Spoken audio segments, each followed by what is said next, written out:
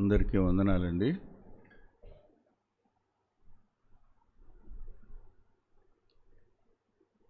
ఈ వర్తమానం ఎలా ఆరంభించాలో అర్థం కావటం లేదు నాకు.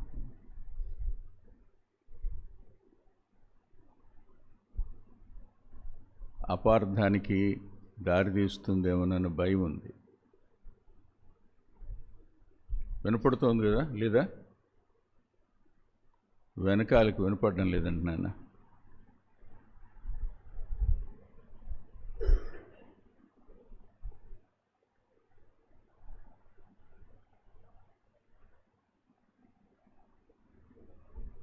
నేనేమో బిగ్గరగా మాట్లాడలేను.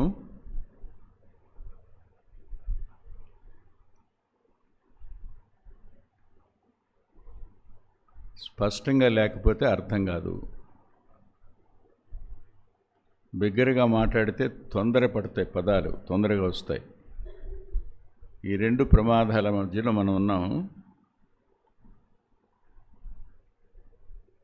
నా ప్రశ్న ఏమిటంటే, ఆరంభించడానికి ముందు దేవుడు మన జీవితంలోనికి అనుమతించిన వాటిని మనం అంగీకరిస్తున్నామా?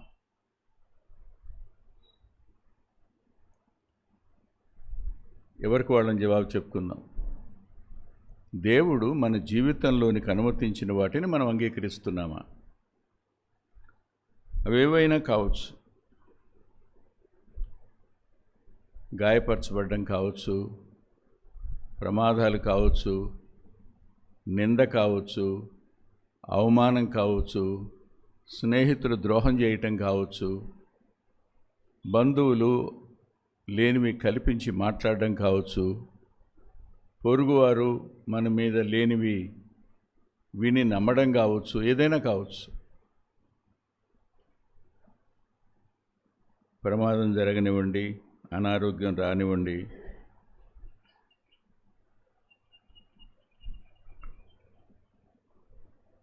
దేవుడే అనుమతించాడు అని. వృద్ధాప్యం వల్ల, శరీరం సహకరించకపోవడం వల్ల, లేచి నడవడం కుదరక పడిపోతే దానికి కూడా దేవుణ్ణి అంటే?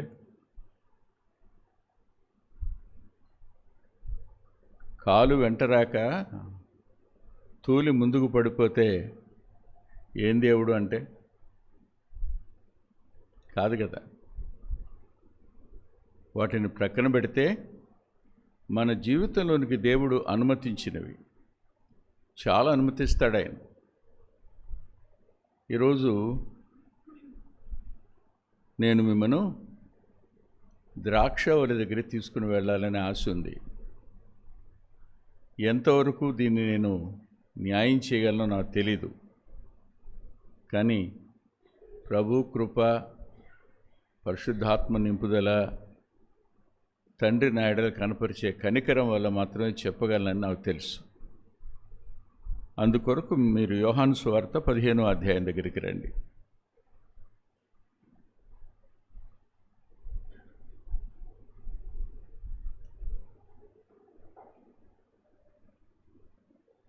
యోహాను సువార్త 15వ అధ్యాయం.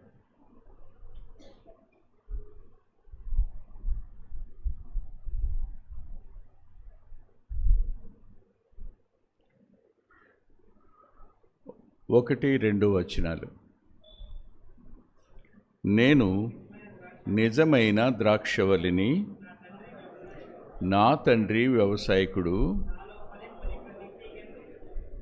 నాలో ఫలింపని ప్రతి తీగను ఆయన తీసి పారవేయును. ఫలించు ప్రతి తీగే మరి ఎక్కువగా ఫలింపవలని దానిలోని పనికిరాని తీగలను ప్రార్థన చేసుకుందాం.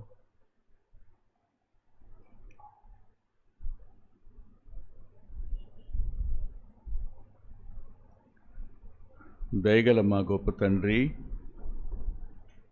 కృపగల మా దేవా, సమస్తం మీ ఆధీనంలోనే ఉన్నాయి.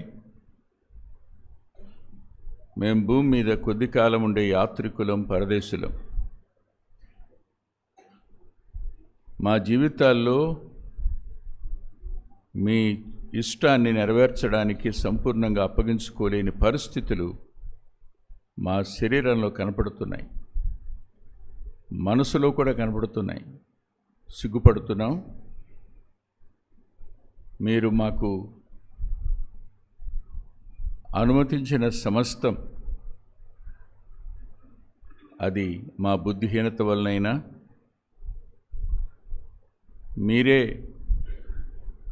అనుమతించి ఆలస్యం చేస్తున్నా, దీనంతటి వెనక మీ మంచితనమే ఉన్నదని హృదయపూర్వకంగా ఒప్పుకుంటున్నాం. లేఖనాన్ని అధ్యయనం చేస్తున్నప్పుడు అవసరమైన మీ ఆత్మ నింపుదలని దాసునికి ఇవ్వండి. వింటున్న మా ప్రియుల హృదయాలకు ఈ వాక్యం అర్థం అవడానికి కృప చూపించండి. మీ కృపాహస్తాలకే మమ్మల్ని అప్పగించుకుంటూ, మీ సాయాన్ని ప్రత్యేకంగా కోరుకుంటూ, యోగ్యమైన రీతిలో రొట్టె ద్రాక్షరసంలో పాలొందడానికి సాయపడమని, మా లోపాలు స్పష్టంగా మాకు కనిపించడానికి, వాటి విషయమై మేము పశ్చాత్తాపడి మరల తిరిగి సమకూర్చబడే కృపనిమ్మని మీ కృపాహస్తాలకు అప్పగించుకుంటూ యేసుక్రీస్తు ప్రభువారి పేరిట ప్రార్థిస్తున్నాం తండ్రి. ఆమేన్. ద్రాక్షవల్లిని నేను, తీగెలు మీరు అన్నాడు. ఈ 15వ అధ్యాయంలో 3 రకాలైన తీగలు మనకు కనబడతాయి. 3 రకాలు. మొదటిది చూడండి, ఫలింపని తీగ.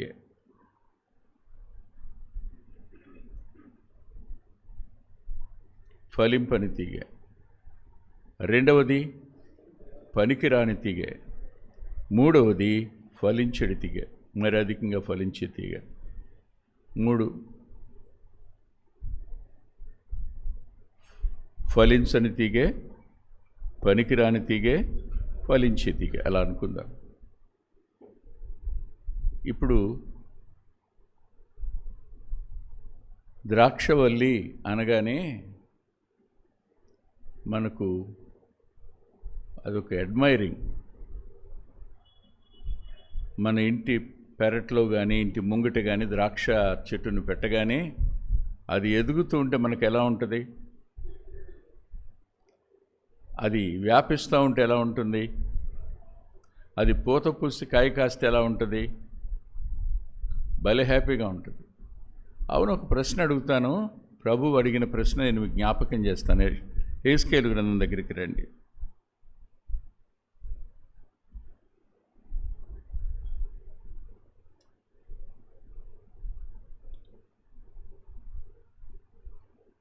పదిహేనవ అధ్యాయం.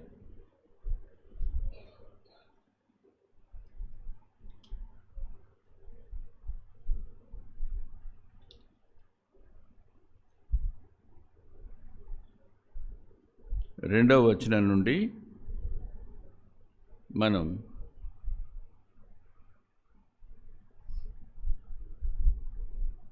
7వ వచనం వరకు మార్చి చదువుకుందాం. నరపుత్రుడా, ద్రాక్ష చెట్టు కర్ర, అడవి చెట్లలోనున్న ద్రాక్ష చెట్టు కర్ర తక్కిన చెట్ల కర్ర కంటే ఏమైనా శ్రేష్టమా?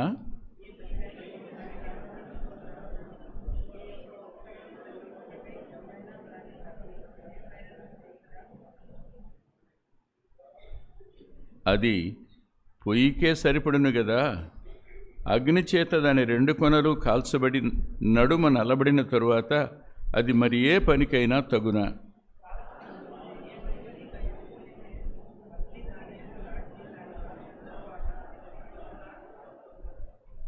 కావున ప్రభువైన యెహోవా ఇలాగు సెలవిస్తున్నాడు, నేను అగ్నికి అప్పగించిన ద్రాక్ష చెట్టు అడవి చెట్లలో ఎలాంటిదో యెరూషలేము కాపురస్తులు అలాంటి వారే గనుక నేను వారిని అప్పగింపబోతున్నాను.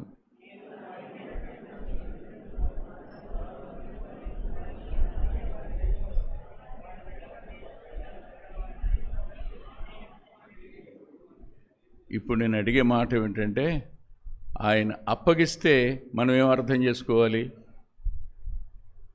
దేవుడే పరిస్థితులకు మనకు అప్పగిస్తే మనం ఏం అర్థం చేసుకోవాలి? ఏమన్నాడు ఆయన?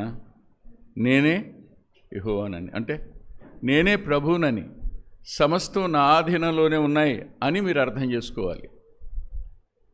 అంతేగాని దేవుడు అన్యాయస్తుడు అని కాదు, దేవుడు విడిచిపెట్టేసాడని కాదు, దేవుడు మన మీద పగ తీర్చుకుంటున్నాడని కూడా కాదు. అవును, అడుగుతాను, ఇప్పుడు జవాబు చెప్పండి. మనం దేనికి ఉపయోగపడతాం? ద్రాక్ష చెట్టు కర్ర కాల్చబడకపోయినా కాల్చబడినా ఎందుకు పనికిరాదు? మనిషి ఎందుకు పనికి వస్తాడు? చెప్పండి, ఎందుకు పనికి వస్తాడు? నేను దీనికి ఉపయోగపడతానని ఎవరు చెప్తారు? ఓ రోజు నా కొడుకు వచ్చి నన్ను అడిగాడు, నాన్న రాజారావు గారి జీవితం రాయమని ఐజక్ అన్న మీ దగ్గరికి వచ్చి అడిగాడు, నేను వెళ్ళి ఎవరిని అడగమంటారని. అంటే అర్థం, వాళ్ళ లైఫ్ రాశారు, మీ లైఫ్ కూడా రాయాలి కదా అని. నేను వానితో అన్న మాట ఏమిటంటే, నాయనా మీ తాత నాకు పేరు పెట్టాడరా, ప్రార్థన చేసుకోవడానికి బైబిల్ చదువుకోవడానికి తప్ప ఎందుకు పనికిరాడు. ఎవరు? నేను మా నాన్న దృష్టిలో ఎందుకు? నిజమే, మా నాన్న దృష్టిలో కూడా నా దృష్టిలో కూడా దేనికి పనికిరాని వాడిని అన్నది, that is my last conclusion. మనం దేనికి ఉపయోగపడతాం? ఎవరికి ఉపయోగపడ్డాం? ఎందుకు ఉపయోగపడ్డాం? ద్రాక్ష కర్ర ఎందుకు ఉపయోగపడదు? మరి ద్రాక్ష చెట్టు ఎందుకు? దాన్ని పెంచటం ఎందుకు? దాన్ని పోషించడం ఎందుకు? సత్తువు గల భూమిలో నాటడం ఎందుకు? యెషయా గ్రంథం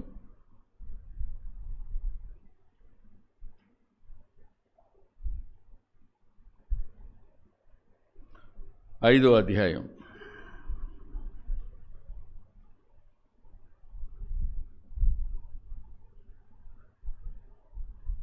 1-2 వచనాలు అందరం కలిసి చదువుకుందాం. యెషయా గ్రంథం 5వ అధ్యాయం 1-2 వచనాలు. నా ప్రియుని గురించి పాడెదను వినుడి, అతని ద్రాక్ష తోటను బట్టి నాకు ఇష్టమైన వాని గురించి పాడెదను వినుడి. సత్తువ భూమి గల కొండ మీద నా ప్రియునికి ఒక ద్రాక్ష తోట ఉండెను. ఆయన బాగుగా దాన్ని తవ్వి రాళ్లను ఏరి అందులో శ్రేష్టమైన ద్రాక్ష తీగలను నాటించెను. దాని మధ్యన బురుజు ఒకటి వేయించి ద్రాక్ష తొట్టిని తొలిపించెను. ద్రాక్ష పండ్లు ఫలింపవలనని ఎదురు చూచుండెను గాని అది కారు ద్రాక్షలు కాసెను. మన కోసం ఆయన చేయవలసిన సమస్తం చేశాడు. ఇంకేం చేయాలి? ఆయన సమస్తం చేశాడు అనడానికి ఈ రొట్టె ద్రాక్షరసం రుజువు. ఇంకా ఆయన చేయవలసింది ఇంకేం లేదు మన కోసం. మానవ జాతి యావత్తు కోసం దేవుడు చేయవలసిన సమస్తం చేశాడు. అది కూడా అత్యున్నతంగా చేశాడు. ఇంకా అంతకుమించి చేయగలిగింది ఏమీ లేదు మానవునికి, చేసేశాడు.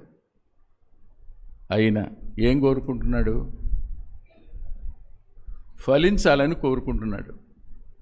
ద్రాక్ష చెట్టు ఫలించాలి, నీవు నేను కూడా ఫలించాలి.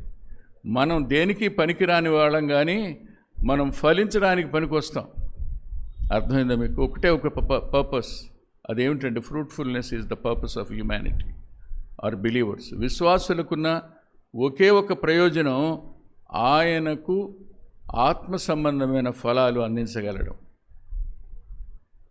ఇందుకు మించి గొప్ప ప్రయోజనం లేదు మన వల్ల.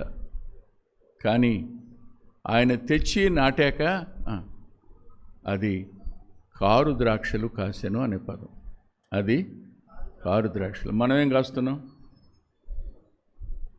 చెప్పండి, మనం ఏం కాస్తున్నాం? ఒకసారి మీరు గలతీ పత్రిక 5వ అధ్యాయం 22వ వచనం దగ్గరికి వస్తారా నాతో పాటు? క్షమించండి సుమా, మాటలు కాస్త కఠినంగాను కటువుగాను మారబోతున్నాయి. మీరు అపార్థం చేసుకోవద్దు, కానీ స్వీకరించండి అర్థం చేసుకుని. 5వ అధ్యాయం 22వ వచనం. అయితే ఆత్మఫలమేమనగా, మనలో ప్రేమ ఉందా, ద్వేషం ఉందా చెప్పండి.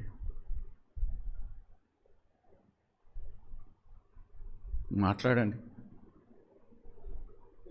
Lord expecting love as a fruit of a believer,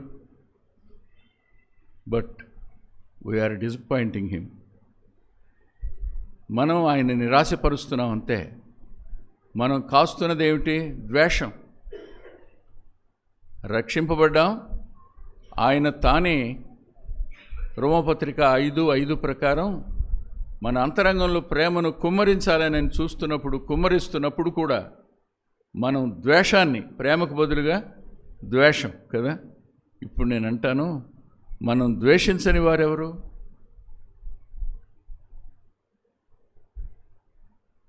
మనం ఎవరిని ద్వేషించటం లేదు. ఆయన అన్నాడు, నీ శత్రువులను సైతం ఫలం కదా అది. కానీ మన అంతరంగంలో ఏముంది చెప్పండి వాడి మీద? దేవుడు ఎంతకాలం చూస్తాడు? మనకి తగులుతున్నాయి. కారు ద్రాక్ష కాదరా? ఆయన నోట పెట్టగలడా ద్వేషాన్ని? ఆయన స్వీకరించగలడా ద్వేషాన్ని? ఇలాంటప్పుడు ఆయన మనం ఫలించాలనుకున్నాడు కదా. మరి ఇప్పుడు యోహాను సువార్త 15వ అధ్యాయం దగ్గరికి మరలారండి. 15వ అధ్యాయంలో ఫలించు ప్రతి తీగె మరీ ఎక్కువగా ఫలింపవలని దానిలోని పనికిరాని తీగెలను ఆలోచించండి.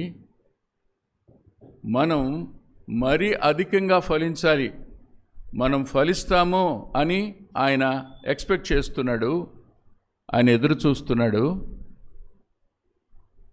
మనం ఫలించకపోవడానికి గల కారణం మనలోకి వచ్చిన పనికిరాని తీగలు.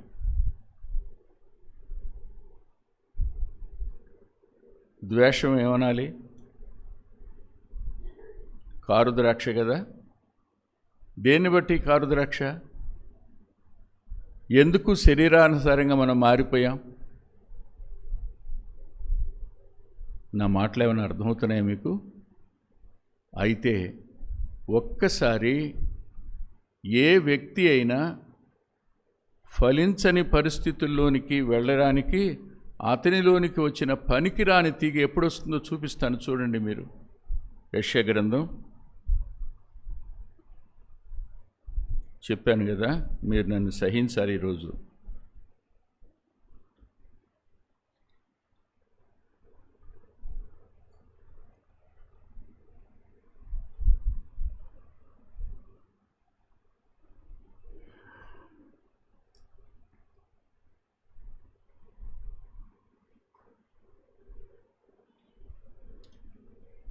పద్దెనిమిదో అధ్యాయం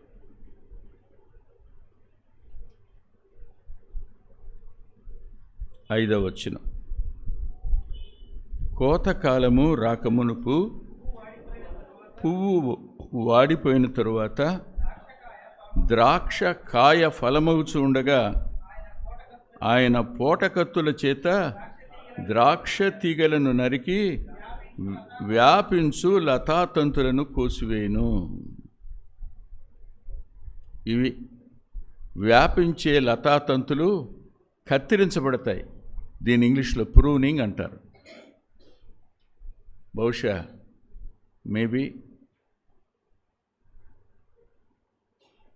1983 ఆ టైంలో మంగళగిరిలో ఓ దైవ సేవకుడు వాక్యం చెప్పగా నేను విన్నాను. ఈ 3 తీగల గురించి ఆయన చెప్పాడు. మళ్ళీ ఆయన కనపడలేదు, మళ్ళీ ఆయన వర్తమానం ఎప్పుడు వినలేదు నేను. That is the first time and last time. ఆయన ఒక టీచరు చాలా అద్భుతంగా వాక్యం చెప్పారు. ఎవరో కూడా నాకు పేరు గుర్తులేదు. ఇప్పుడు మీ ముందుకు తీసుకుని వచ్చే సంగతి ఏమిటంటే,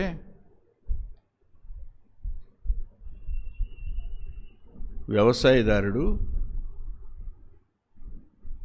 ప్రతి మొగ్గ పువ్వు అవ్వడానికి జాగ్రత్త పడతాడు. ప్రతి మొగ్గ ముందు మొగ్గగా వచ్చేది, ప్రతి మొగ్గ పుష్పించడానికి జాగ్రత్త పడతాడు. అది పూత సమయంలోనే రాలిపోకుండా జాగ్రత్త తీసుకునేది ఆయన. పుష్పించిన తరువాత పూతను రాల్పేటువంటి గుంట నక్కల విషయంలో జాగ్రత్త పడి పూత రాలనివ్వకుండా జాగ్రత్త పడతాడు. నా మాట అర్థమవుతుందా? మొగ్గ రావడానికి ద్రాక్షవల్లి కారణం, కానీ మొగ్గ రాలిపోకుండా జాగ్రత్త పడతాడు. ఆ మొగ్గ పువ్వు అవ్వడానికి జాగ్రత్త పడతాడు, పువ్వు రాలిపోకుండా జాగ్రత్త పడతాడు, ప్రతి పువ్వు పిందె అవ్వడానికి జాగ్రత్త పడతాడు. ఇంకా అక్కడి నుంచి అతని చేతుల్లో లేదు. ఎన్ని జాగ్రత్తలు తీసుకున్నా మొగ్గను పువ్వు అయ్యేట్టు జాగ్రత్త తీసుకోగలడు, పువ్వు రాలిపోకుండా జాగ్రత్త తీసుకోగలడు, పువ్వు పిందేంత వరకు తన యొక్క సంరక్షణ చూపించగలుగుతాడు వ్యవసాయదారుడు. ఇప్పుడు ఒక గెలలో 100 పిందెలు ఉన్నాయి. ఈ 100 పిందెలు కాయ అవుతాయి. కాయ అవ్వాలి అంటే అది సారం తీసుకుంటుంది, సారం తీసుకుని కాయ అవుతుంది. కాయ అయిన తరువాత వచ్చే సంగతి ఏమిటంటే, చూడండి ఇప్పుడు మళ్ళా 18వ అధ్యాయంలో, కాయ ఫలము అగుచుండగా అన్నాడు. కాయ అంటే అర్థం ఏంటి చెప్పండి? కాయ ఫలం, కాయ పండడం ఫలం అంటే. అది పండే టైంలో ఈ చెట్టుకి, క్షమించండి, ఓ దుర్బుద్ధి పడుద్ది. ఈ మాట తొందరపడి అన్నాను నేను. ఆ చెట్టు నేను ఫలిస్తే నాకు వచ్చేదేంటి? Can I eat my fruit? నా పండు నేను తింటానా? విస్తారంగా కాశా, ఏం చేయాలి? ఎవరు తింటారు? వాళ్ళు తింటారు, అమ్ముకుంటారు, గొప్పవాళ్ళు అవుతారు. మరి నా సంగతి ఏంటి అని అప్పుడు విస్తరించడానికి ప్రయత్నం చేస్తుందట స్వార్థంతో. లెట్ మై బ్రాంచెస్ స్ట్రెచ్ అనుకుంటుంది. నా తీగలు వ్యాపించునుగాక అనుకుని కొత్త తీగలేస్తుంది. అప్పటి వరకు కొత్త తీగలు ఉండవు. పిందె, పూత, పువ్వు, పిందె, తర్వాత కాయ. కాయ దగ్గర నుంచి పూర్తిగా చెట్టు వస్తుమే. ఇప్పుడు ఏం చేయలేడు వ్యవసాయదారుడు. ఈ కాయ ఫలం కావాలి అని అనుకునే టైంలో అది తీసుకునే సారమంతా ఏం చేయాలి? కాయ పండడానికి వాడాలి. కానీ ఏం చేస్తుంది?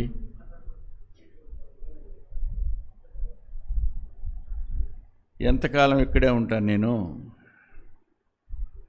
ఎంతకాలం గుడివాడే? ఎంతకాలం ఉయ్యూరే? ఎంతకాలం చిన్నవానిగూడెమే? Let me stretch.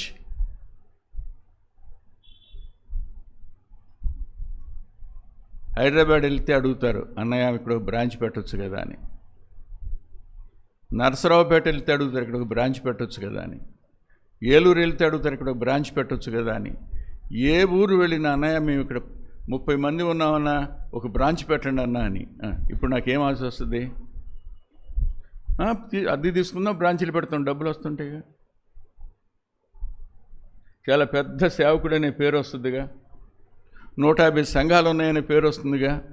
ఎప్పుడు ఫలించవలసిన టైంలో, పండవలసిన టైంలో, పరిపక్వం కావలసిన సమయంలో, రీచింగ్ 70s కదా. కానీ ఇప్పుడు స్ట్రెచ్ అవ్వాలి అంటే ఏం చేస్తాడు ఆయన? ఊరుకోడు. పోటకత్తులు చేత పట్టుకుని లతాతంతులను కత్తిరించి వేయను. That is called pruning. మనం ప్రభు కోసం ఫలించాలి, కానీ మన కోసం మనం వ్యాపించడానికి కాదు, మన స్వార్థం కోసం కాదు. నా పరిస్థితి ఏమిటి? నా పిల్లల పరిస్థితి ఏమిటి, నా తర్వాత నా పిల్లలు ఎక్కడుంటారు, ఇదే ఆలోచన కదా. ఇప్పుడు నేను దేని చేత పట్టుబడినట్టు మాట్లాడాను, విస్తరించాలనే కాంక్ష చేత పట్టబడినట్టు, సేఫ్టీ వైపుకు నడుస్తున్నట్టు. శరీరం చెప్తుంది నువ్వు మంచిగా చేస్తున్నట్టే వెంకటరత్నం, నీ ఆలోచన రైట్ అంటుంది. కానీ what about the hunger of God, దేవుని ఆకలి సంగతి ఏమిటి? అప్పుడు ప్రేమకు బదులుగా ఏమొస్తాయి? ద్వేషం వస్తుంది. అందుకనే మీరు ద్రాక్ష గెలను తీసిన తర్వాత అందులో 100 పళ్ళు ఉన్నా 89 90 పండు ఉంటాయి, 10 8 గెరసబారిపోయి ఉంటాయి. కారణం లతాతంతులు వచ్చినాయన్నమాట. సారవంత కాయ పండవడానికే వాడి ఉంటే అన్నీ పళ్ళయ్యేవి.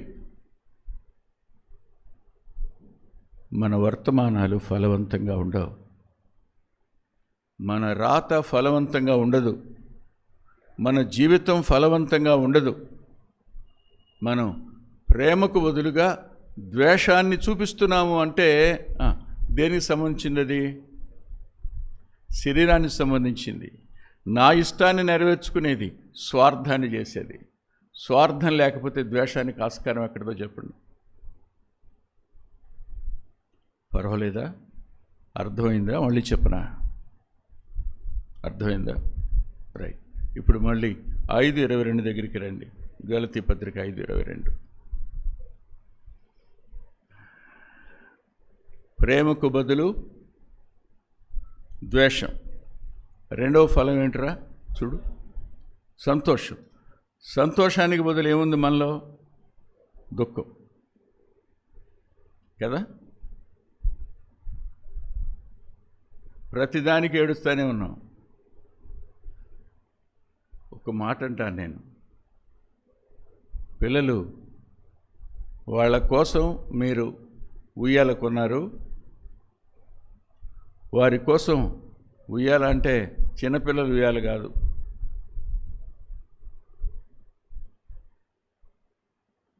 పైనుంచి గొలుసులు ఏలాడజేసి అది కొన్నారు. వాళ్ళ కోసం మంచి బట్టలు, వారి కోసం చక్కటి తినుబండారాలు, వారి కొరకు మంచి షూస్ అన్నీ కొన్నారు. కానీ వాడు చాక్లెట్ కోసం ఏడుస్తుంటాడు. మీకేమనిపిస్తుందో చెప్పండి. దేవుడు మన జీవితాలకు చాలా చేశాడు. మనం విశ్వాసులం కావడానికి ఎంత మన వెంటపడ్డాడో మీకు తెలుసా? How much pain he beared, I can't explain. వివరించలేను నేను. 23 సంవత్సరాలు రక్షించబడడానికి నా వెంటపడిన ఆయన అమ్మ మాటేనా, సేవకుల మాటేనా, ఎంతోమంది కరపత్రాలైనా, రేడియోలో వాక్యమైనా, కానీ వినేవాడిని కాదు. ఆయన వెంటబడుతూనే ఉన్నాడు. చివరికి ఒక రోజున ఎన్కౌంటర్లో నేను ఆయనకి తల వంచడం జరిగింది. ఎంత విసిగించుంటాను ఆయన్ని, ఎంత బాధ పెట్టుంటాను ఆయన్ని, ఆయన అంతరంగానికి ఎంత గాయం చేసుంటానో. అవును, అసలు ఈయన్ని ఎందుకు ఆరాధించాలి? ఎంతమంది లేరు?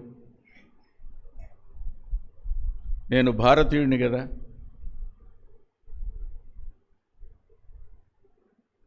అయినా ఉంటే ఈ వైషమ్యాలు ఏమిటి? లేడు, ఉట్టిదే భ్రమ. ఈ సేవకులు ఏ మతంలో ఉన్న వారైనా సరే వారి బతుకు తెరువు కోసం కల్పించారు దీన్ని అని కష్టం పెట్టుకుని నేను 23 ఏట ప్రభువుని నమ్ముకోవడానికి నేనే కారణమా? ఆయన కృప కారణం కదా. కృపచేతనే మీరు రక్షించబడ్డారు అన్నప్పుడు ఆ రోజు ఆ వాక్యానికి పరిశుద్ధాత్ముడు ఒప్పిస్తున్నప్పుడు నేను ఎందుకు ఒప్పుకున్నాను, నేను ఎందుకు కన్నీరు కార్చాను, నేను ఎందుకు నా బ్రతుకుని ఆయనకు అప్పగించుకున్నాను? Still it is a wonder on to me. రక్షించాడు ఎందుకు పనికిరాని వాడితో. అదేగా మన ఆనందే. మా నాన్న నన్ను అనే ఇంకో మాట కూడా చెప్తాను, నవ్వుకోకండి. నా కాళ్ళ గోళ్ళలో 10 గోళ్ళు ఒకసారి కాదు 3-4 సార్లు ఊడిపోయి ఉంటాయి. అందుకని తిక్కిరి బిక్కిరిగా ఉంటాయి ఇవన్నీ. మా నాన్న నాకు పెట్టిన పేరేంటి తెలుసా? మీదముఖముడని. అంటే ఎప్పుడు మీదకే చూస్తుంటాడు, కిందకు చూడడం, కాళ్ళు గోళ్ళు అనిపోతాయని. నిజానికి ఆయన పెట్టిన పేరు నాకు తగింది అనిపిస్తుంది. ఎవడైనా క్రీస్తు కూడా లేపబడితే మీదముఖముడే కదా నేను. కానీ శాంతం మీదముఖముడు అని చెప్పగలనా? అప్పుడప్పుడు శరీరంలోనికి రావడం లేదా? ప్రేమకు బదులు ద్వేషం, సంతోషానికి బదులు దుఃఖం, ఇంకా ఆయన ఏదో చేయలేదనే బాధ అంతరంగంలో. When I'm seeing the problems I use to cry before him. ఆయన అనుకుంటాడు, నేను నీ కోసం ప్రాణం పెట్టాను కదా, నేను నిన్ను పిలిచాను కదా, పని అప్పగించాను కదా, నమ్మాను కదా, నిన్ను నా సాధనంగా వాడుకున్నాను కదా, ఇంకా ఏడుస్తూనే ఉన్నావా? I'm not responsible for your fellowship, I'm not responsible for your family, I'm not responsible for your future. ఇది ఆయన అంతరంగానికి వచ్చే ప్రశ్న నా దుఃఖం దగ్గర. ఫలించవలసిన మనం ప్రేమకు బదులు ద్వేషాన్ని, సంతోషానికి బదులు దుఃఖాన్ని ఆయనకి ఇస్తున్నప్పుడు ఆయన ఎలా ఫీల్ అవుతాడో మీరు చెప్పండి. ఇవన్నీ ఏమిటి? స్వార్థమేగా, శరీరమేగా, శరీర సంబంధమైన ఆలోచనేగా. ఇప్పుడు పూటకత్తి అవసరం కాదంటారా? ఎవరికి అవసరం? ఫలించు తీగే మరి అధికంగా ఫలించాలని. That's why Lord announce pruning. అందుకు దేవుడు కత్తిరింపులను అనుమతిస్తాడు. ఇంకా ప్రతి ఫలానికి మనం విరోధంగా ఫలిస్తున్న కారు ఏమిటో చూద్దాం. చూడండి దయచేసి. సమాధానం ఆమె కాదు, విరోధం. పీస్ అనే దానికి బదులుగా క్వారల్ అనేది మన అంతరంగంలో ఉంది. ఎప్పుడు ఎదురుపడతారో వాళ్ళ సంగతి తేల్చేద్దాం, అంతేగా. లోపల కోపాన్ని పెంచుకుని పెంచుకుని పెంచుకుని ఎప్పుడు బరస్ట్ అవుతాడో వెంకటరత్నం తెలియదు. మీరు కాకపోయి ఉండొచ్చు, నేను. సమాధానానికి బదులుగా కోపం అంతరంగంలో నుంచి పెళ్ళుబికి ఏదో ఒకరోజు అగ్నిపర్వతంలో బదులైతే, నా ప్రక్కనే ఉన్న ఆయన నా నుండి ఏం కోరుతున్నాడు? అధికమైన ఫలాన్ని కదా. తెలివి తక్కువాడు ఆయన, అజ్ఞాని ఆయన, శక్తిహీనుడు ఆయన కాదే. ఒక వ్యక్తి మాట్లాడుతున్నప్పుడు ఆయన వినియోగించే బలం ఎంతో మీకు తెలుసా? ఆయన చూపించే కృప ఎంతదో మీరు ఎరుగుదురా? ఆయన నింపే ఆత్మ యొక్క శక్తి ఏమిటో మీకు తెలుసా? భాష ఎక్కడిది, భావం ఎక్కడిది, భావానికి మధ్యలో ఆ సముచ్చయం కంజంక్షన్ ఎక్కడిది, అండ్ అనేటువంటి కంజంక్షన్ ఎక్కడిది? ఆ సమన్వయం ఆయన వల్ల లేకపోతే వెంకటరత్నం మేధావి అనుకుంటున్నారో మాట్లాడుతున్నప్పుడు? కాదు అని చెప్తున్నాను. నా మాటల్లో తప్పులు నా పిల్లలకు తెలుస్తాయి. నేను మాట్లాడుతున్నప్పుడు తప్పులు నా భార్య పట్టుకుంటుంది. మరి నిలిచి మాట్లాడుతున్నప్పుడు దేవుని కృప కాదా? ఎంత శక్తిని ఆయన వినియోగిస్తున్నాడు. అది నా స్వార్థం కోసం నేను వాడుకుంటే ఫలిస్తున్నట్ట, వ్యాపిస్తున్నట్ట? I wanted to stretch myself. ఇంకా ఇంకా ఇంకా ఇంకా విస్తరించాలి నేను. సమాధానానికి బదులు విరోధం మనం. తరువాత దీర్ఘశాంతానికి బదులుగా షార్ట్ టెంపర్. కోపం ముక్కు మీదే ఉంటుంది.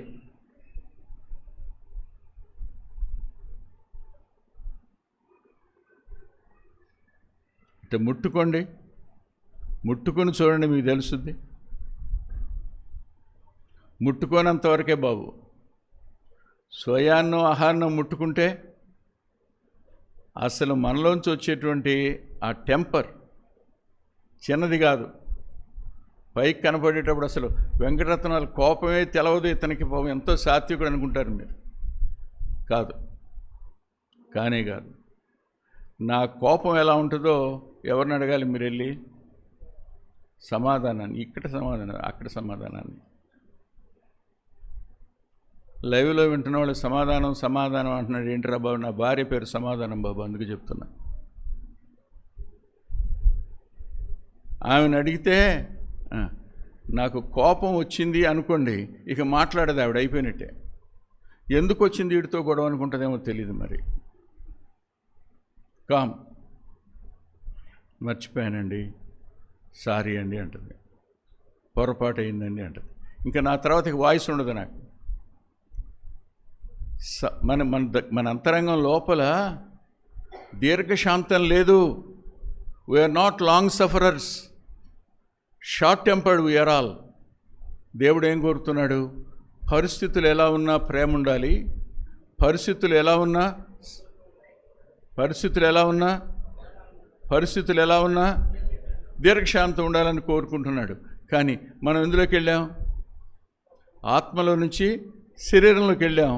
శరీరంలోకి వెళ్ళాం కాబట్టి విస్తరించే పని, శరీరాన్ని సంతృప్తిపరిచే పని, మనం కోరుకున్న దాని వైపు నడిచే పని చేస్తున్నాం. మరి ఆయన కత్తిరింపులు అవసరం కాదంటారా? నిన్ను నన్ను రక్షించుకునేది ఎందుకోసం, సృజించింది ఎందుకో చెప్తాడు. తన మహిమ కొరకు ఆయన మానవులను సృజించిన యెషయా గ్రంథంలో. ఇదే యోహాను సువార్త 15వ అధ్యాయంలో, మీరు బహుగా ఫలించుట వలన నా తండ్రి మహిమపరచబడును అంటాడు. మన చేత ఫలాలు ఎందుకు ఫలింపచేయాలనుకున్నాడంటే తండ్రికి మహిమ కలగాలని. దానికి బదులుగా ఆ మహిమను మనం ఆపాదించుకునేటువంటి విస్తరించే స్వార్థపూరితమైన ఆలోచనలు మనల్ని చెరపడుతున్నప్పుడు, లతాతంతులు పెరుగుతున్నప్పుడు, పోటకత్తులు చేత పట్టుకుని ఆ లతాతంతులను కత్తిరిస్తే ఎంత నొప్పో ఆలోచించండి. కత్తిరింపు అన్నది చిన్న నొప్పి అనుకుంటున్నారా? స్వార్థాన్ని కత్తిరిస్తే, స్వయిష్టాన్ని కత్తిరిస్తే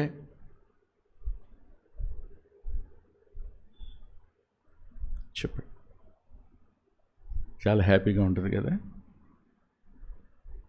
వీఆర్ గోయింగ్ టు రిజాయిస్. నొప్పి వచ్చినప్పుడు సంతోషించేది ఎవరండి?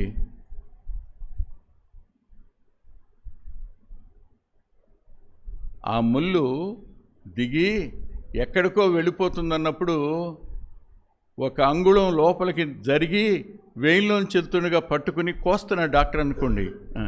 ఇప్పుడు నువ్వు ఎలా ఫీల్ అవ్వాలి తెలుసా మీకు? ముళ్ళు ప్రయాణం చేస్తుంది దేహంలోనని పట్టుకుని కత్తిరిస్తున్నప్పుడు ఎలా ఫీల్ అవుతాం మనం? కానీ రిజల్ట్ ఏంటి? సావు దగ్గరికి వెళ్లకుండా ఉంటామే కదా. ఆత్మీయంగా మృతమైన స్థితిలోకి వెళ్లకుండా ఉండాలని ఆయన పోటకత్తిని చేత పట్టుకుంటే మనం ఆయన మీద తిరగబడతాం కదా, ఆయన్ని బాధ పెడతాం కదా. నువ్వు నా మీద చూపిస్తావు, వాళ్ళ మీద చూపించవే.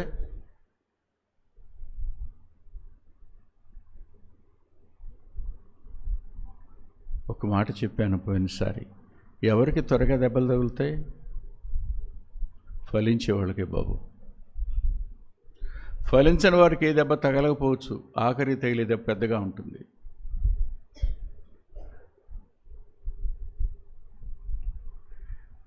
దీర్ఘశాంతానికి బదులుగా దయాళుత్వానికి బదులు,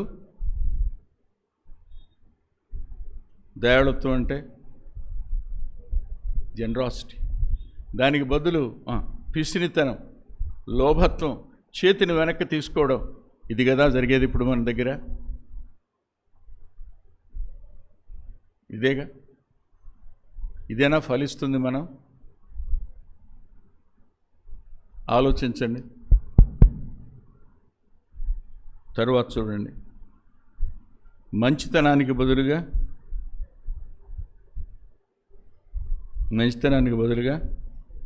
చెడతనం, చెడు. మాట్లాడుతూనే చెడు మాట్లాడతాం. మాట్లాడుతూనే చురకలంటిస్తాం. మాట్లాడుతూనే ఎదుటి వ్యక్తిని గాయపరిచేస్తాం. మంచితనం గాయపరుస్తుందా? సహిస్తుందా? ఆ మీదట విశ్వాసం కాదు మన అంతరంగంలో ఎప్పుడు అనుమానమే, దేవుడు చేస్తాడు అసలని. ప్రశ్నలు, అనుమానాలు అనేవి విశ్వాసానికి పూర్తిగా ఆపోజిట్ వర్డ్స్. అవి విరోధమైన పదాలు. ఎట్టి పరిస్థితుల్లోనూ డోంట్ క్వశ్చన్ గాడ్. దేవుని ఎప్పుడు ప్రశ్నించకండి. నా మాటలు మీకు వెరితనంగా అనిపించవచ్చు, కానీ ఎప్పుడు దేవునిని అనుమానించకండి. ఆయన ఏం చేసినా చెప్పండి, దేనికోసం చేస్తాడు? మహిమ కొరకే చేస్తాడు. వై లార్డ్ అలౌడ్ అని అంటే ఫర్ ద గ్లోరీ సేక్. మనకిది అర్థం కాదు కనుక దేవుడు ఏం చేశాడు? దేవుని వల్ల ప్రయోజనం ఏంటి? దేవుడిని నమ్ముకోవడంలో వచ్చిన ఉపయోగం ఏంటి? లోకస్తులే చాలా బాగున్నారు. 73వ కీర్తనేగా మనం ఇప్పుడు 37 ఎప్పుడవుతాం? 73కి ఆన్సర్ 37. చదువుకుని ఇంటికి వెళ్ళాక. మనకి లోకంలో ఉన్న వాళ్ళని చూస్తే అరికాలు మంట నన్నెత్తుకొచ్చేస్తుంది. వాళ్ళ ఆరోగ్యాలు బాగున్నాయి, మరణంలో వారికి యాతన లేవు, వారు పట్టుకున్నంత బంగారం అవుతుంది. మనం ఏదైనా చేసి ఎదురొస్తుంది, అవమానం వస్తుంది, బాధ వస్తుంది, కష్టం వస్తుంది, అంతే. అన్నీ ఎదురే. ఎందుకోసం? లోకంలో సహనానికి మించింది మరొకటి ఉందనుకుంటున్నారా మీరు? ప్రేమకు మించింది ఇంకొకటి లేదు. సంతోషానికి మించింది, సమాధానానికి మించింది, దీర్ఘశాంతానికి మించింది, దయాళుత్వానికి మించింది, మంచితనానికి మించింది, విశ్వాసానికి మించింది మరొకటి లేదు. కానీ వీటన్నింటి దగ్గర మనం పూర్తి భిన్నం. విరోధంగా ఉన్నాయి మన భావాలు, విరోధంగా ఉంది మన ప్రవర్తన, దీనికి పూర్తి విరోధంగా ఉంది మన వ్యక్తిగత జీవితం. ఇఫ్ ఇట్ ఈజ్ సో, దేవుడు ఎలా ఫీల్ అవుతాడు? మనం శరీరంలోకి వచ్చేసాం, శరీర ఆశ నెరవేర్చుకోవాలనుకుంటున్నాం, మన కోపాన్ని రుజువుపరచుకోవాలనుకుంటున్నాం, మన నిర్దోషత్వాన్ని మనమే నిరూపించుకోవాలనుకుంటున్నాం. నో, నీ నిర్దోషత్వాన్ని నువ్వు, నా నిర్దోషత్వాన్ని నేను నిరూపించుకోలేము. దేవుడు తప్పకుండా నిరూపిస్తాడు ఒక రోజున, సందేహం లేదు. సాత్వికం, ఆశానిగ్రహం అంటే భావోద్రేకాల ఆధీనంలోనికి వెళ్లకుండా ఉండడం సాత్వికం అయితే, ఎప్పటికప్పుడు భావోద్రేకాలు మనల్ని ఆక్రమించుకోవడం, భావోద్రేకాల ఆధీనంలోకి మనం వెళ్ళిపోవడం. ఆమె మౌనం అయిందనుకోండి, ఏంటి మాట్లాడవు? మాట్లాడితే ఏంటి మాట్లాడుతున్నావు, మాట్లాడకపోతే ఏంటి మాట్లాడట్లేదు. రెండు తప్పే. ఎక్కడున్నాం మనం? భావోద్రేకాల ఆధీనంలో ఉన్నాం. ఆత్మీయ ఆధీనంలో లేం, ఫలించే పరిస్థితుల్లోనూ లేం. ఇప్పుడు చెప్పండి, మనం ఆయనకి ఇస్తున్నది ఏమిటి? కారు ద్రాక్షలు కాక. మనం ఆయన అంతరంగాన్ని ఎంత డిసప్పాయింట్ చేస్తున్నామో ఆలోచన చేయండి. ఆఖరిగా అంటాడు, ఆశా నిగ్రహం అంటాడు. ఆశా నిగ్రహం అనేది చాలా కష్టం. పిల్లల ముందు తినుబండారాలన్నీ పెట్టి జాగ్రత్త తినొద్దు అని చెప్పండి.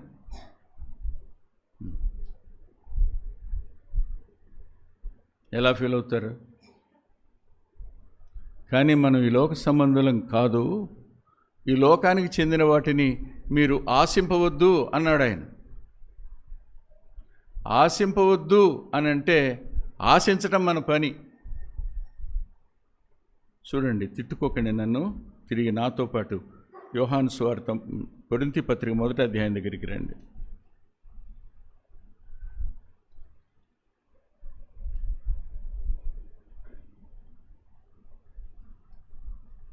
10వ అధ్యాయం 6వ వచనం. వారు ఆశించిన ప్రకారము మనము చెడ్డవాటిని ఆశింపకుండా. ఆగండి. చెడ్డవాటిని అంటే మన దృష్టిలో మంచివే. శాలువా కప్పించుకోవడం మంచిది కాదు, పొగిడించుకోవడం మంచిదే కాదు. మనకు అవి ఎలా కనపడతాయి? డిజైరియస్. ఎంత ఆశపడుతుందో. మనల్ని కూడా పిలిస్తే బాగుండు, మన పేరు కూడా రాస్తే బాగుండు, మన పేరు పిలిస్తే బాగుండు, నేను వేల మధ్యలో అనిపించదు? ఖచ్చితంగా అనిపిస్తుంటుంది. కానీ వారు ఆశించిన వాటిని మనం ఆశింపకుండా ఉండడం. ఇక్కడ చెప్పాడు, వారు ఆశించారు, వారు వ్యభిచరించారు, వారు శోధించారు, వారు సణిగారు, అందుకనే మధ్యలో రాలిపోయారు అంటాడు. రాలిపోవడం అంటే ప్రయోజనరహితంగా అయిపోయారు. ఏ గొర్రెపిల్ల పస్కా బలి రక్తం చేత విమోచించబడ్డారో వాళ్ళు అరణ్యంలో రాలిపోయారు 40 సంవత్సరాలు. కానీ వాళ్ళకు వచ్చిన ఫలం ఏమిటి? వారు దేవుని కోసం చేసిందేమిటి? యాత్ర చేశారంతే. అలా వాళ్ళు తిరగబడినా వారి వస్త్రం మాయనివ్వలేదు, వారి చెప్పు తెగనివ్వలేదు, వాళ్ళ కాళ్ళను వాయనివ్వలేదు అన్నాడు. ఆయన ప్రేమ ఆశ్చర్యకరమైంది. ఇలా ఉన్న మనకు తగలవలసినంత దెబ్బ తగల, చిన్న చిన్న దెబ్బలకే మనం తిరగబడే పరిస్థితుల్లో ఉన్నాం.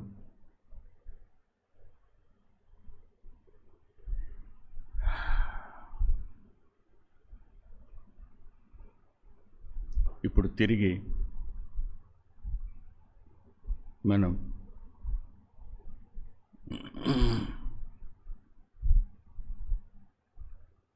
హోషేయ గ్రంథం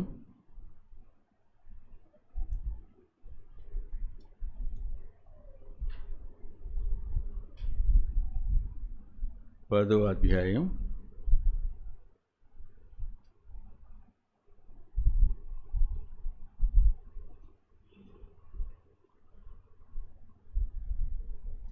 10వ అధ్యాయం 1వ వచనం. ఇశ్రాయేలు విస్తారముగా వ్యాపించిన. ఎలా వ్యాపించింది? విస్తారంగా వ్యాపించింది. ఫలాలు కూడా ఫలించింది. కానీ ఫలించిన కొద్దీ ఏం చేసింది చెప్పండి? బలిపీఠాలను విస్తారంగా చేయటం ప్రారంభమైంది. దేవుని కోసం కాదు, లోకం కోసం. దేవుని కోసం కాదు, లోకంలో గొప్పవాళ్ళ మేలు పొందటం కోసం, లోకంలో వాళ్ళు ఆరాధిస్తున్న వారి వెంట ప్రయాణం చేయడం కోసం వారు ఫలించారు, వ్యాపించారు అనే పదం ఉందే, ఆ వ్యాపించిన వాటిని కత్తిరించడం అనేది అవసరం. దాన్ని బద్దింపు అనే తెలుగు పదం వాడారు. కత్తిరించడాన్ని బద్దింపు అనే పదం. ఆ పదాన్ని చూపడానికి ప్రయత్నం చేస్తాను. లేవియాకాండం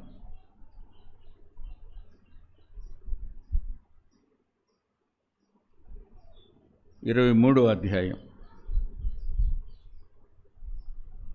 25వ అధ్యాయం 3వ వచనం. 6 సంవత్సరములు నీ చేను విత్తాలి, తోటను బద్దించి, ఆ బద్దించటం అంటే ప్రూనింగ్, కత్తిరించాలి. కత్తిరిస్తూ ఉన్నప్పుడు ఫలిస్తుంది, బద్దించి అనే పదం. ఆలోచించండి ఒకసారి.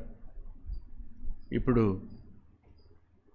ద్రాక్ష తోటకైనా కత్తిరింపులు మనకు అక్కర్లేదా? మీరే చెప్పండి. మనం సాటిస్ఫైడ్ కాదు, మన జీవితం తృప్తికరం అయిపోయింది కదా, ఇంకా చేయవలసింది ఏమీ లేదనుకుంటున్నాం కదా, దేవుని కోసం ఫలించవలసింది ఏమీ లేదు అనే ఆలోచనకు వచ్చేసాం కదా, దేవుడు మన నుండి ఇంకేమి ఎక్స్పెక్ట్ చేయకూడదు. అది బాగా వెక్స్ అయిన పౌలు గారు అన్నాడు, నేను క్రీస్తు ముద్రలు ధరించాను, ఇక నన్ను బాధ పెట్టబోకుండా అన్నాడు. వాస్తవానికి 20 సంవత్సరాల క్రితమే నేను అన్నాను, ఇంకా భరించే ఓపిక నాకు లేదని. కానీ 20 సంవత్సరాలు భరిస్తూనే ఉన్నానంటే నా శక్తి సామర్థ్యాలు నాకంటే ఆయనకి ఎక్కువ తెలుసు కదా. ఇంకెంతవరకు ఓర్చుకోవాలి? అంతవరకు ఓర్చుకోవాల్సిందే. జ్ఞాపకం పెట్టుకోండి, పువ్వు పరిమళం ఇవ్వాలి అంటే అది ఎంత క్రష్ అవ్వాలి?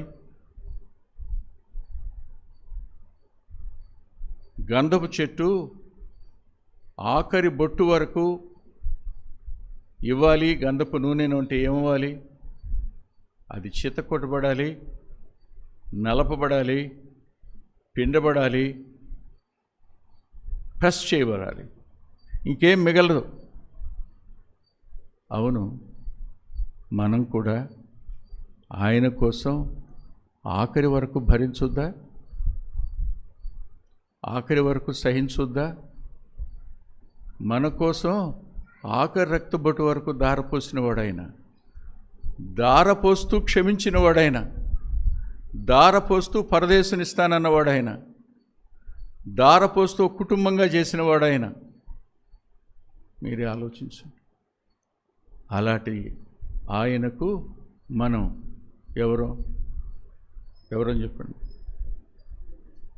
బ్రదర్స్, సహోదరులు. అందుకనే హెబ్రీ గ్రంథకర్త రాయిస్తూ ఆయనకి ఇలా అన్నాడు. హెబ్రీ పత్రిక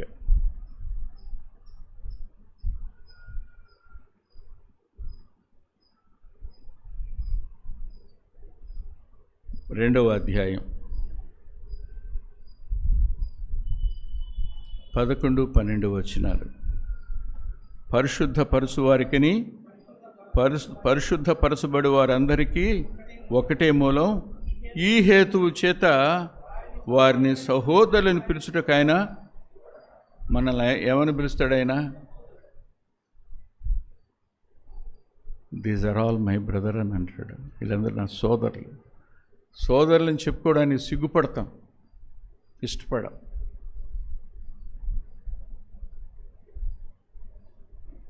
ఏదో ఒక ఊరు వెళ్ళాను,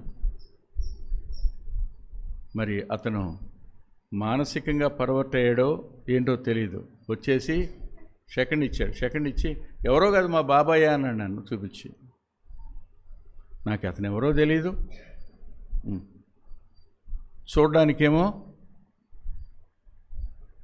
పిచ్చివాళ్ళగా ఉన్నాడు. మా బాబాయ్ అని వాళ్ళందరూ చెప్తున్నాడు. ఇప్పుడు నేనేమనాలి?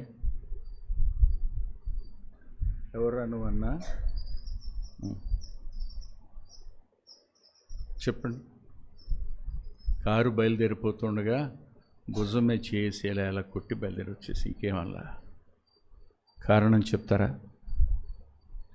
నా నుండి ఆ కొంచెం ఆప్యాయతనే కదా అతను కోరుకుంది.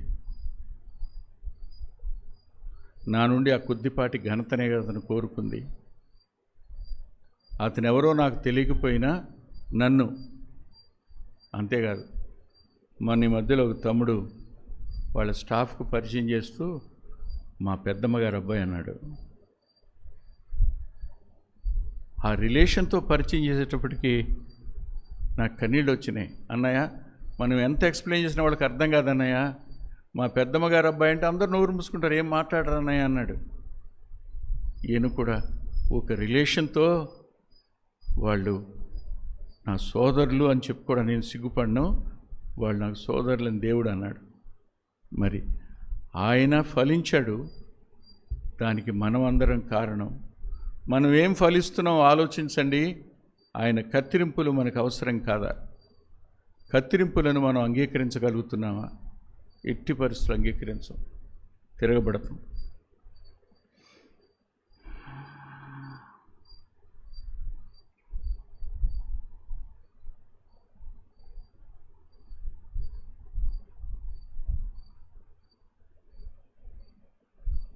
హోషేయ గ్రంథంలోనే ఆఖరి మాట చూసి ముగించుకుందాం.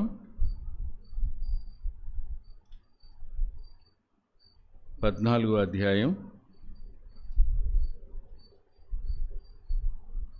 8వ వచనం చివరి భాగం. నా వలననే నీకు ఫలము కలుగును. నీ అంతటి నువ్వు ఫలించలేవు, నా వల్లే. అనుమతించు.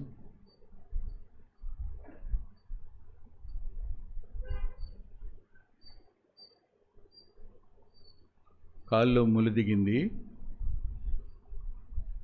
వాళ్ళందరూ పెద్దోళ్ళు, వాళ్ళలో నేనే యవనస్తుని, వాళ్ళ కళ్ళు సరే కనపడటం లేదు. చూడు బాబు అన్నారు. ఉందమ్మా అన్నాను. సరే నాకు ఇచ్చారు పిన్నీసన్, జరిగిందే. నేను పిన్నీస్ దగ్గరికి వెళ్ళగానే అలాగేసుకుంటుంది కాలు. ఏం చేయట్లేదు. She is not allowing me to remove that thorn. ఆ ముళ్ళు తీసేయడానికి అసలు అలా తగిలిస్తాడు. కమ్మో బాబు అంటుంది. ఇంకా దిగలా, ముళ్ళు లోపలికి దిగలేదు ఇంకా సూది. అప్పటికే అమ్మో బాబు అంటుంది. ఇంకేంటి చెప్పండి. మనం కూడా we are not allowing God to prove ourselves. మనల్ని కత్తిరించడానికి మనం అనుమతించడంలా. కాళ్ళు లాక్కుంటాం, చేయి లాక్కుంటాం, ఆయన మీద సీరియస్గా చూస్తాం. ఏంటి నువ్వు అంటాం కదా. ఫలిస్తామా? ఆయన ఆకలిని తీరుస్తామా? అంటే మనల్ని బాధ పెట్టి సంతోషించేవాడు అనుకున్నారా దేవుడు? మనతో కూడా కలిసి ఆయన కూడా బాధపడతాడని ఓసారి బేతనియా గురించి చెప్తూ చెప్పాను, మర్చిపోయారేమో మీరు. వాళ్ళ ఇంటికి వచ్చిన కష్టాన్ని చూసి దేవుడు సంతోషిస్తూ రాలా, దుఃఖిస్తూనే వచ్చాడు. వారి దుఃఖంలో పాలు పొందాడు. వారి కన్నీటిలో తన కన్నీటిని కలిపినవాడు ఆయన. దేవుడిని అపార్థం చేసుకోవద్దు. God's dealings always good. అవి ఎప్పుడు మంచివి. ఆయన ఉత్తముడు. ఆయనే అనుమతించాడు కత్తిరించడం కోసం. హృదయపూర్వకంగా ఒప్పుకున్నాం, ప్రభువా మేము 9 ఫలాలకు విరోధంగా ఫలించిన వాళ్ళం, శరీరానుసారంగా ఆలోచించిన వాళ్ళం, మా గౌరవానికి భంగం కలిగిందనుకున్న వాళ్ళం, మా అంతరంగానికి అవమానం మిగిల్చారనుకున్న వాళ్ళం. కానీ నీవే అనుమతించేవాళ్ళు అలాంటి వారందరినీ. అందుకొరకు హృదయపూర్వకంగా క్షమించమని అడుగుతూ నీకు ధన్యవాదాలు చెప్తున్నానయ్యా అందాం. తల్ల వంచి ప్రార్థన చేసుకుందాం. ప్రేమగల మా ప్రియ తండ్రి, పరిశుద్ధుడైన గొప్ప దేవా, లేఖనం మీది మహిమను, ఘనత, ప్రభావాన్ని ఏ మనిషికి ఆపాదించలేం. కేవలం అవి మీవి మాత్రమే. మమ్మల్ని మేముగా సంపూర్ణంగా మీ చేతులకి అప్పగించుకున్నాం. నీ చిత్తం జరగనిమ్మని మా శక్తి సామర్థ్యాలను బట్టి మేము అనడంలా, మీరు మమ్మల్ని బలపరుస్తారని అంటున్నాం. మమ్మల్ని శరీరంలోకి వెళ్లకుండా కాపాడుతారని అంటున్నాం. మేము మనుషురీతిగా మారిపోకుండా చేయగలిగిన శక్తిమంతుడి వల్లని నీ వలనే ఫలం కలుగుతుందని ఎరిగి మీ చేతులకు అప్పగించుకుంటూ యేసుక్రీస్తు ప్రభువారి పేరిట ప్రార్థిస్తున్నాం తండ్రి. ఆమేన్.